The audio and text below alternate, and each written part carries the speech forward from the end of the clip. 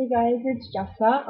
Today I just thought I would make a video about basically general piercing care, and how to really take care of your piercings, because most piercings are the same to take care for.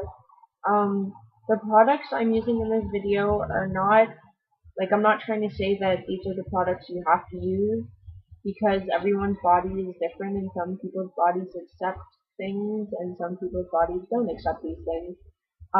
So these are just things that I've used and personally have had a very good experience with. I'll be talking about things to use and things to not use, because there are certain things that you should not use on your piercings.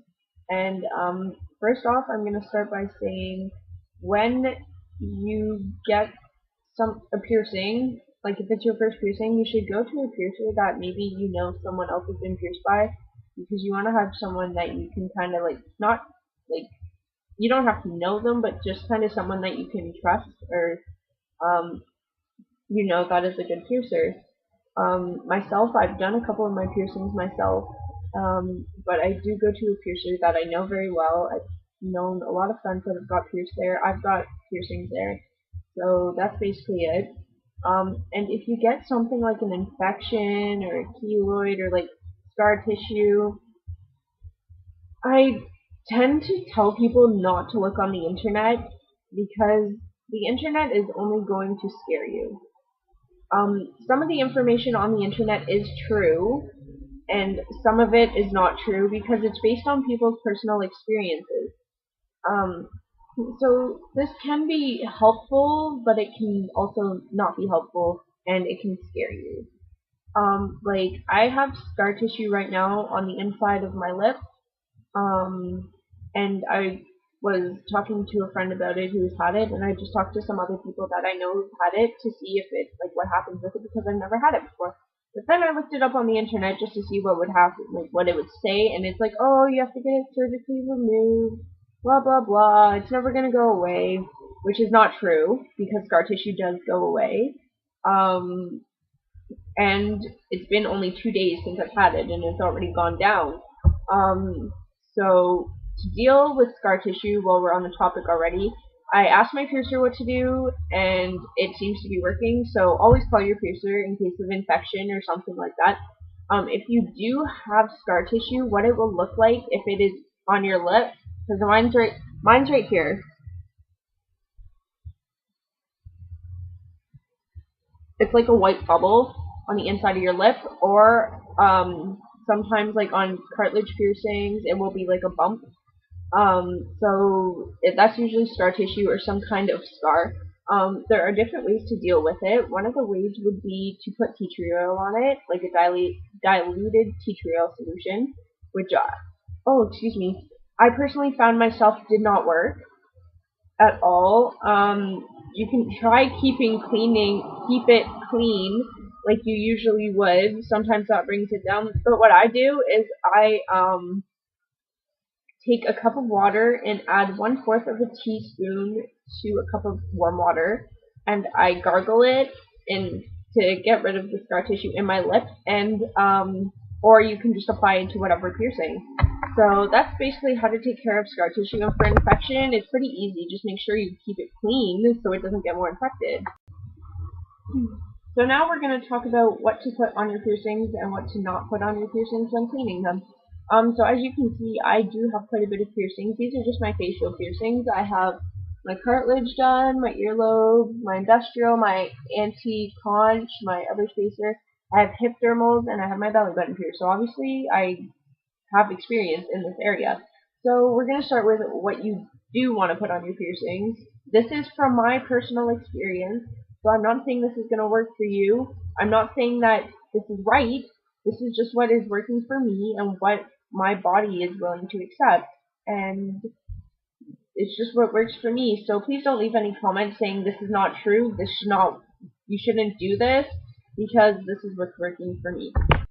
So basically with this product, what you're going to do is you're going to take a Q-tip and wet it in warm water, and then pump out some of this onto the piercing or onto the Q-tip and rub it around the area for like 15 seconds. This is Dial Complete with it's an antibacterial soap.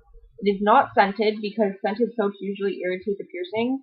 I've never used a scented soap, so I don't know what it's like. This is what the bottle looks like. It's Dial. It's called Dial Complete, with lotion, antibacterial foaming hand soap. That's what it says on here. I've had this for like a while now. So it's kind of old and outdated, but it says Dial Complete on it. So that's the first product. I find it's a good product. Some people find that it's too strong on the skin because it is an antibacterial soap. There are other kinds of soap that you can buy. I've never used anything else except for Dial. I do not recommend using like scented hand soaps and things like that. You want to have something that is antibacterial to clean the area, obviously. So there are other soaps that you can try. I would just ask your piercer about it first, because the only one I've heard of really people using on piercings is Dial soap. So this is the second product I will be talking about that you should put on piercings. It is sea salt. You can get like, how big is this bag? This is a 2-kilogram bag. I got this for like $5 at Shoppers Drug Mart. If you don't live in Canada and don't know what that is, it's just like a drugstore. Like they sell like over-the-counter prescription or medicine and stuff like that, and like just basic stuff. So this is sea salt. What I do is with any piercing I have, I take a cup, like a drinking cup, and I only use this for piercings. I do not use this cup to drink out of because that's obviously not good. So what you do is you take 2 1/8 teaspoon measuring cup things and put it into the cup, or you use a 1/4. It doesn't really matter. So you put that into the cup, and then you put some hot water in and wait for the sea salt to dissolve a bit, and then you can put it on the area with a Q-tip, or if it's in your mouth, you just swish it in your mouth. I'm warning you, it doesn't taste the best, but it works. What it does basically is it draws out any germs or infection that might be in the piercing, so it cleanses the piercing. I really recommend this for earlobes, like stretched lobes, because it does clean out the area, and sometimes your earlobes tend to get dry. So it's really good, and I would recommend it for also like belly button and any type of dermals. It's not the best for like nose piercings and like septum and stuff like that. Like I wouldn't really recommend it for that. So these are the products, the only 2 products I do use to clean my piercings. So that's that, and now we will continue on to what I do not think you should put on your piercings, what I've been told you should not put on your piercings, and stuff like that. So yeah.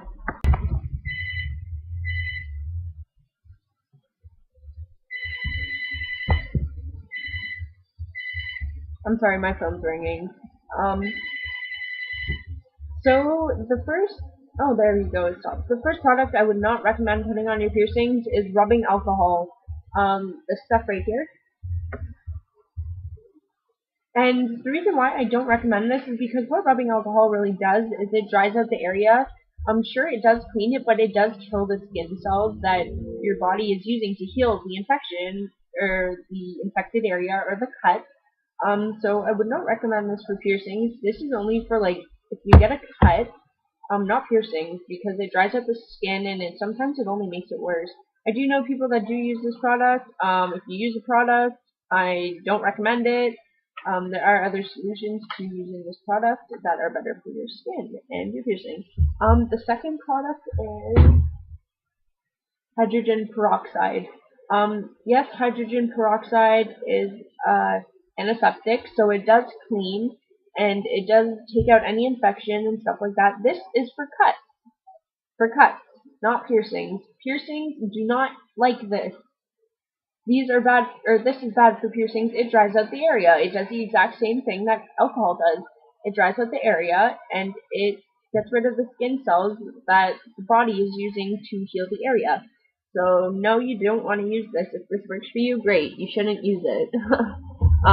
The last thing is I only have like one of the demo kits because I got this from when my mom was in the hospital, and I don't use it a lot, so I don't really go out and get it.